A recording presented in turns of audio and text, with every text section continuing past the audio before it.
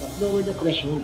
Sa halip na 50% dati, nagiging issue pa yun, nagiging basehan pa sa pagpapay ng mga kaso, mga protesto. Dito sa 15%. Irerekomenda ng Project Management Office ng Commission on Elections o COMELEC sa Commission and Bank na ibaba sa 15% ang threshold ng pagsishade sa balota sa pagboto sa 2025 elections.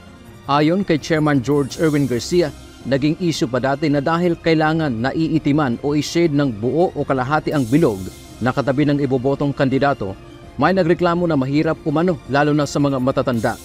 Binigyang din nito ang layo naman kasi sa pagsishade sa balota ay para makaboto ang ating mga kababayan sapagkat ito ay kanilang karapatan. At least doon, kahit yung nakatatanda, may kapansanan, medyo nahihirapan.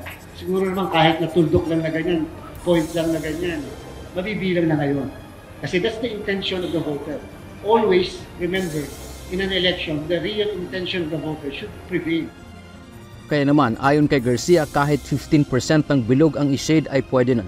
Kahit tuldok lang anya, ay maaari nang mabasa ng makina. Kahit pa sabihin mo, nag-check lang siya ng kapiraso but that is 15%, that is enough. Because that's the intention of the voter, to vote for that particular candidate. Kapag naaprubahan, ito na ang pinakabababang ballot shading threshold mula nang nagkaroon ng automated elections sa bansa. Ayon naman sa Citizens Arm na NAMFREL, maganda ang panukala ng COMELEC at wala silang nakikitang problema rito.